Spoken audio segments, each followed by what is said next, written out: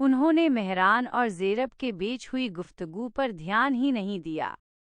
مہران زیرب کا راستہ روکتے ہوئے، تمہاری آنکھیں جھوٹ بولنے میں ماہر نہیں ہیں زیرب۔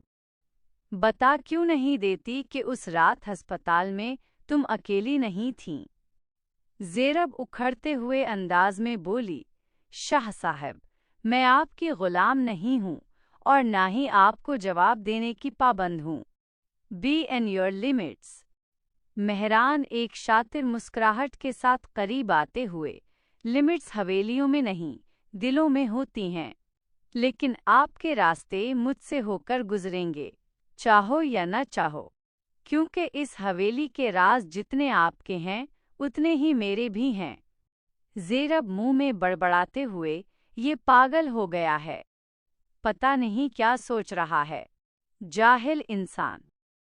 زیرب نے میرال کا ہاتھ پکڑا، چلو ان پاگلوں میں رہ کر تم بھی پاگل ہو جاؤ گی، میرال نے شرارتی انداز میں کہا۔ No doubt. حسن اور مہران ایک دوسرے کا منہ دیکھتے رہ گئے۔ گجرات کا سب سے بڑا شاپنگ مال۔ ایس یو وی رکتی ہے اور چاروں باہر نکلتے ہیں۔ زیرب تھوڑی اکتائی ہوئی ہے کیونکہ میرال نے زبردستی مہران اور حسن کو ساتھ کر لیا ہے۔ میرال ایکسائٹڈ ہو کر زری، دیکھو کتنی امیزنگ سیلز لگی ہیں، آج تو میں تمہارا کریڈٹ کارڈ خالی کروا کے رہوں گی۔ زیرب سنجیدگی سے، میرال، ہم یہاں شاپنگ کرنے نہیں، صرف میرا آرٹ میٹیریل لینے آئے ہیں، 15 منٹ میں واپسی ہوگی۔ حسن سن گلاسز ٹھیک کرتے ہوئے، 15 منٹ، محترمہ، ٹورنٹو ہو یا پاکستان، لڑکی شاپنگ مال میں داخل ہو جائے تو وقت کا اندازہ جی پی ایس کو بھی نہیں ہوتا۔ شاہ، تمہارا کیا خیال ہے؟ مہران زیرب کو کھا جانے والی نظروں سے دیکھتے ہوئے، مجھے لگتا ہے زیرب شاہ کو ہمیشہ جلدی رہتی ہے، شاید کسی راز کے کھلنے کا ڈر ہے۔ زیرب ایم ٹی کی طرف رخ کر کے، ڈر انہیں لگتا ہے شاہ صاحب جن کی بنیادیں کچی ہوں، میری مٹی مضبوط ہے۔ چلو میرال۔ اب وہ چاروں شاپنگ مال سے تھکے ہوئے واپس آ چکے تھے اور اپنے اپنے کمروں میں آرام کرنے جا چکے تھے۔ رات کے 12 بج رہے تھے۔ حسن صوفے پر لیٹا لیپ ٹاپ پر مووی دیکھ رہا ہے اور پاپ کارن کھا رہا ہے۔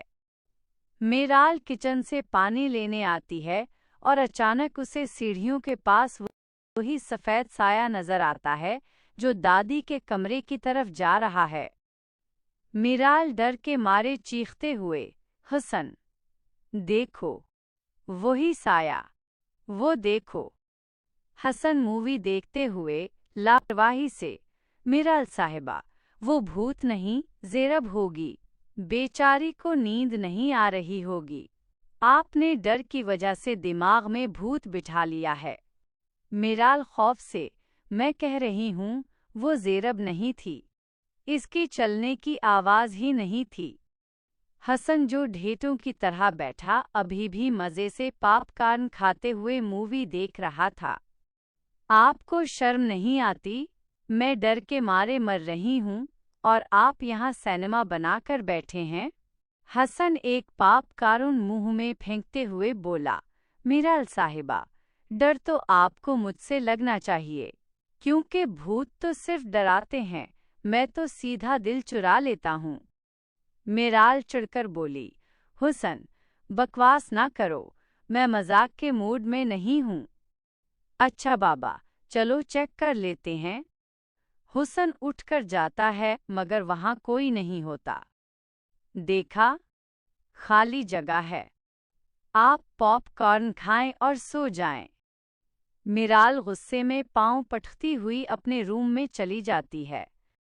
حسن واپس مووی میں مصروف ہو جاتا ہے مگر اسے اندازہ نہیں کہ ہال کے کونے میں لگا وہ پرانا دروازہ اب ہلکا سا کھلا ہے۔ رات کے 3 بجے کا وقت تھا، سب سو چکے تھے۔ ایک 6 فٹ لمبا سایہ زنگالود دروازے کے پاس نمودار ہوتا ہے، اس کے ہاتھ میں گرم سی کوئی چیز ہوتی ہے۔ وہ اس سے زنگ آلود دروازے کے تالے کو توڑتا ہوا جو سب پر نظر رکھے ہوئے تھا، دبے قدموں اس بند کمرے میں داخل ہوتا ہے جہاں کالا سایہ غائب ہوا تھا۔ اندر داخل ہوتے ہی وہ کمرے کی لائٹ آن کرتا ہے۔ وہ مہران تھا، چہرہ ڈھانپے ہوئے۔ وہ حیران رہ جاتا ہے۔ کمرہ باہر سے زنگ آلود تھا مگر اندر سے انتہائی حسین تھا۔ ٹھنڈی ہوائیں چل رہی تھیں اور فضا میں ایک مخصوص خوشبو تھی۔ دیوار پر چمکتا ہوا ایلیزف لکھا تھا۔ مہران دیکھتا ہے کہ یہ کمرہ ایک ہڈن راستے کے ذریعے دادی کے کمرے سے جڑا ہوا ہے۔ تبھی اسے کھڑکی سے باہر ایک سایہ جاتا ہوا دکھائی دیتا ہے۔ وہ بنا وقت ضائع کیے اس کا پیچھا کرتا ہے۔